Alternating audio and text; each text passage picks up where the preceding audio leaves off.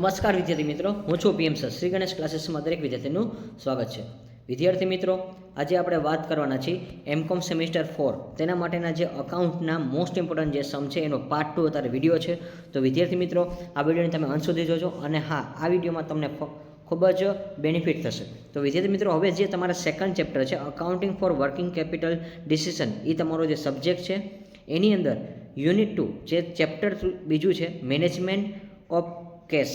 તો વિદ્યાર્થી મિત્રો, આ જે ચેપ્ટર છે તમારા માટે ઇમ્પોર્ટન્ટ ચેપ્ટર છે અને તેના માટેના આઈએમપી સમનો આ જે સેકન્ડ વિડીયો છે. જો તમે પાર્ટ 1 ન જોયો તો ફટાફટ ડિસ્ક્રિપ્શન બોક્સમાં જજો અને તે આઈએમપી વિડીયો તમારે અચૂકપણે જોઈ લેવો. ત્યાર પછી વિદ્યાર્થી મિત્રો વાત કરી કે જે વિદ્યાર્થીઓ હજી એમાં ડિસ્ક્રિપ્શન બોક્સમાં 2 વિડીયો હશે, એ પણ તમે વિડીયો લેક્ચર ખાસ અટેન્ડ કરી લેજો. જે મારા ઓલ્ડ વિડીયો છે તો એ પણ તમને ખૂબ યુઝફુલ થશે. તો ખાસ આનું જે સોલ્યુશન છે, આ દાખલા છે એ તમને પ્રિપેર કરવાના છે અને આ ટાઈપના દાખલા તમારે એક્ઝામમાં આવી શકે છે. અને વિદ્યાર્થી મિત્રો, જો તમે આ ચેનલ પર ફર્સ્ટ ટાઈમ આવેલા છો તો ફટાફટ આ ચેનલ સબસ્ક્રાઈબ કરી દેજો, કારણ કે તમને પણ ખબર હોવી જોઈએ કે સૌરાષ્ટ્ર યુનિવર્સિટી નંબર 1 ચેનલ આપણી એક જ છે અને જે તમને દર વખતે આવી રીતે આઈએમપી પ્રોવાઈડ કરીએ છીએ. તો વિદ્યાર્થી મિત્રો, હવે આપણે વાત કરી કે જે આ તમારો સમ છે યુનિટ મેનેજમેન્ટ ઓફ કોસ્ટ. તો from the following information of the Sapna Limited prepare the cash budget for March to May 2018. ત્યાર પછી આ કેશ બેંક બેલેન્સ છે તો એ તમારે ખાસ યાદ રાખવાનું છે. આ બધી રકમ તમને જો આઈડિયા હોવી જોઈએ અને સેમ આના જેવો દાખલો હું તમને ગણવા આપીશ. અને વિદ્યાર્થી મિત્રો, આ પણ મારે એક્સપ્લેન કરાવવો હતો, પરંતુ જો આપણે લાઇકનો ટાર્ગેટ છે એ કમ્પ્લીટ નથી થયો, એટલા માટે આપણે આ વિડીયો છે એ માત્ર હું તમને સજેસ્ટ કરીશ, પરંતુ એક્સપ્લેન નહીં કરું, કારણ કે આપણે ટાર્ગેટ હતો એ કમ્પ્લીટ હજી થયો નથી. જો ટાર્ગેટ કમ્પ્લીટ થશે તો હજી તમારી પાસે ટાઈમ છે, હજી હું તમને પ્રિપેર કરીને બધું એક્સપ્લેન કરીને સમજાવીશ. તો વિદ્યાર્થી મિત્રો, અહીંયા તમારે માત્ર હવે ઓનલી ફોર આ સમ તમારે પ્રેક્ટિસ જાતે કરવાની રહેશે અને આના જેવા પ્રેક્ટિસ સમ પણ હું તમને આપી દઈશ, તો એ પણ તમે જોઈ લેજો. ત્યાર પછી આ જે નંબર 4 છે એ તમે એકવાર રીડ કરજો. 16% જે તમને આપેલા છે purchase and sale are on credit term.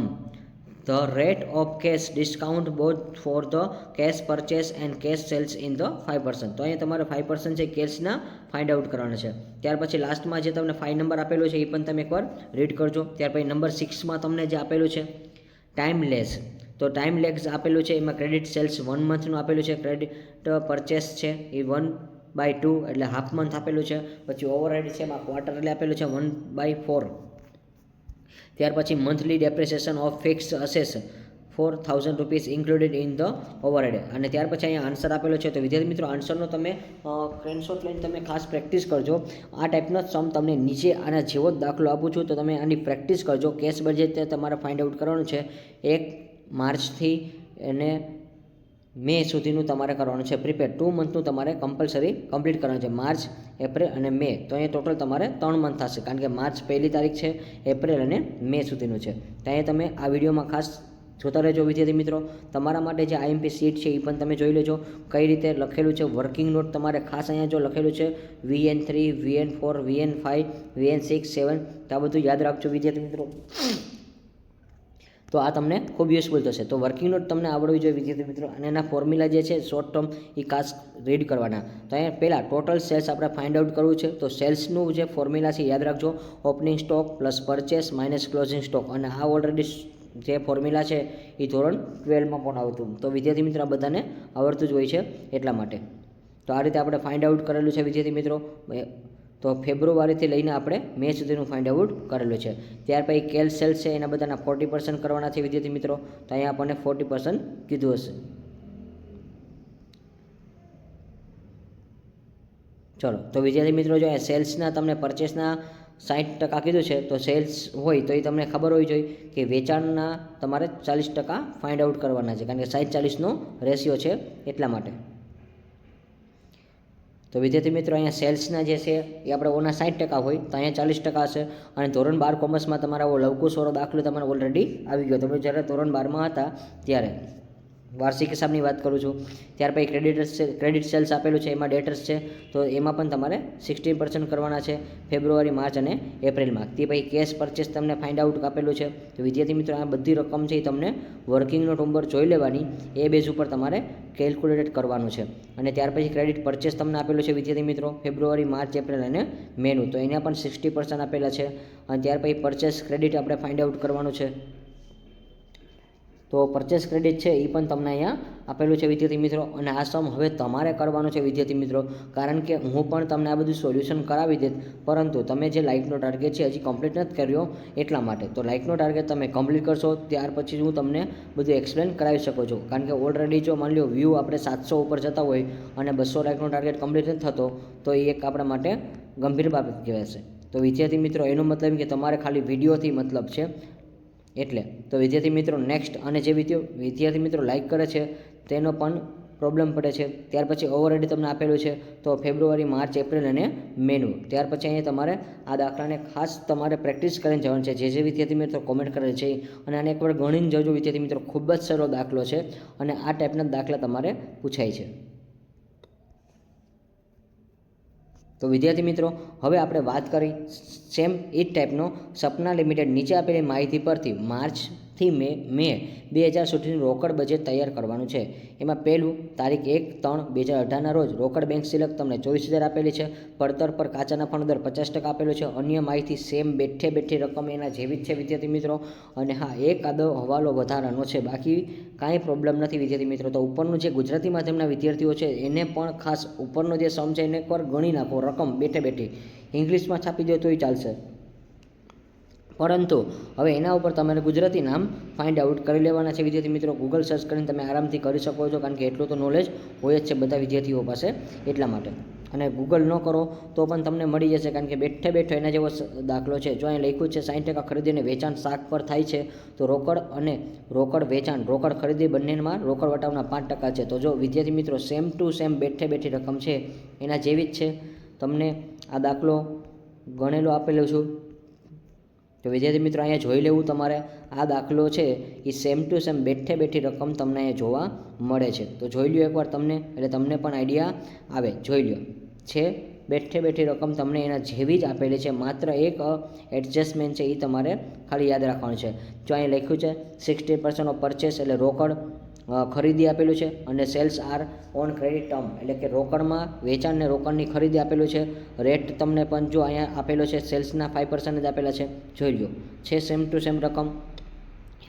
તો નીચેની પણ જે વિગત છે એ તમારે પણ યાદ રાખવાની છે.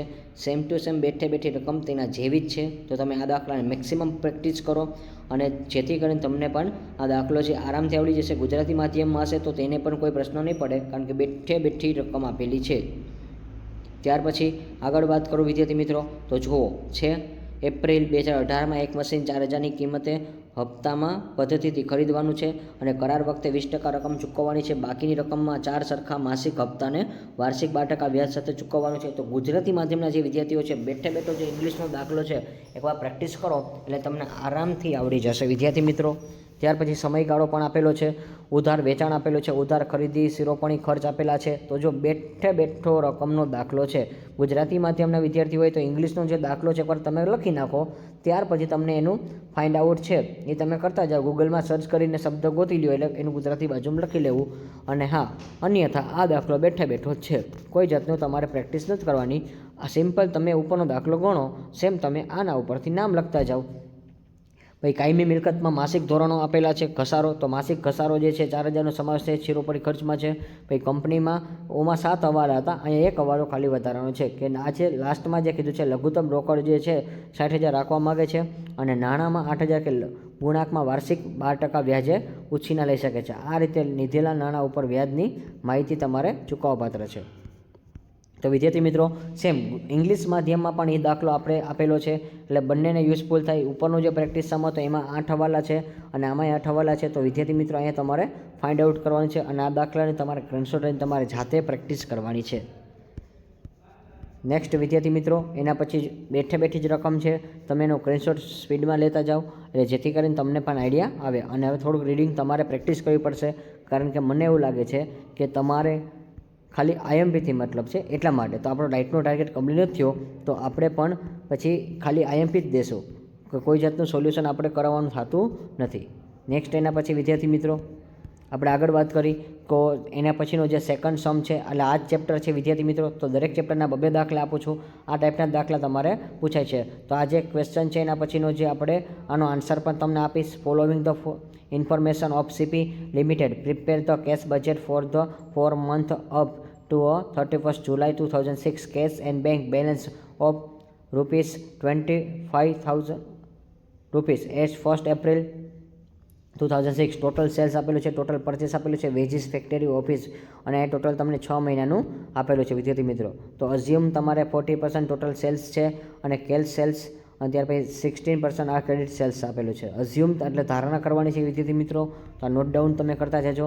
ત્યાર પછીનું જે આમાં 8 વિગત આપેલી છે વિદ્યાર્થી મિત્રો, તો 8 વિગત એકવાર તમારે વાંચી ડેપ્રિસિએશન આપેલો છે, ત્યાર પછી ક્રેડિટ ટુ બી પેઇડ અપ 2 મંથનું આપેલું છે, તો પેમેન્ટ વેજીસ છે 1/2, હાફ મંથનો કે જે ફેક્ટરી એક્સપેન્સ 1 મંથનો છે, ઓફિસ એક્સપેન્સ આપેલા છે, ઇન્સ્ટોલમેન્ટ 30,000 રૂપીસ આપેલું છે, અને એ મહિનો કયો છે જો યાદ રાખજો, જુલાઈ છે, પછી જૂન છે, એમાં ઇન્કમ ડ્યુ છે એ 20,000 રૂપીસ છે.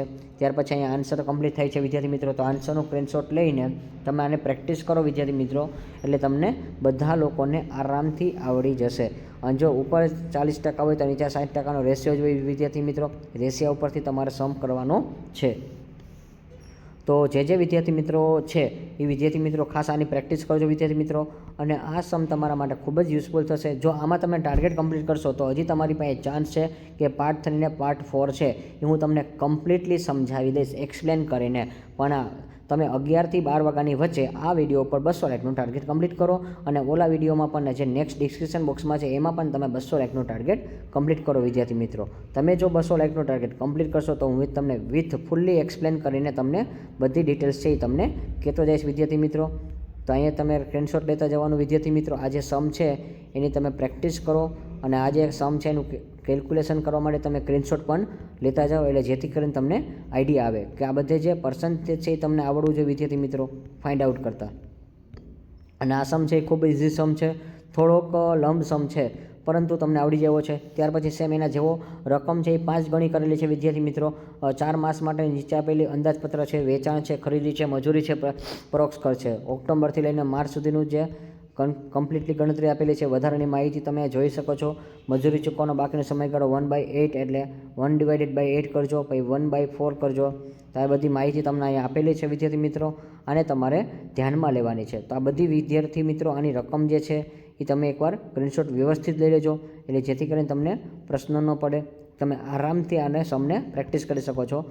ત્યાર પછી સેમ ઇંગ્લિશ મીડિયમના વિદ્યાર્થી મિત્રો પણ આ જે રકમ છે વિદ્યાર્થી મિત્રો, અને આ વિડીયો ઉપર વિદ્યાર્થી મિત્રો 200 લાઇકનું જો તમે ટાર્ગેટ કમ્પ્લીટ કરશો તો સેકન્ડ જે અને પછી થર્ડ પાર્ટ આવશે એ હું તમને ફૂલ્લી એક્સપ્લેન કરીને પ્રિપેરેશન કરીને તમને સમજૂતી આપીશ. ચલો વિદ્યાર્થી મિત્રો, નેક્સ્ટ અહીંયા જે તમને વિગત આપેલી છે એડિશનલ ઇન્ફોર્મેશન, એટલે વધારાની જે માહિતી આપેલી છે એકવાર તમારે રીડ કરી લેવી જાતે. અને અહીંયા જે આ સમ છે એ કમ્પ્લીટ થાય છે. તો અહીંયા આપણો પાર્ટ 2નો વિડીયો છે એ કમ્પ્લીટ થાય છે વિદ્યાર્થી મિત્રો. તો આશા રાખું છું કે આવી જ રીતે આપણે નવા વિડીયોના નવા ટોપિક સાથે મળતા રહીશું. ત્યાં સુધી આવજો. Like this video, share this video, follow with Shri Ganesh classes.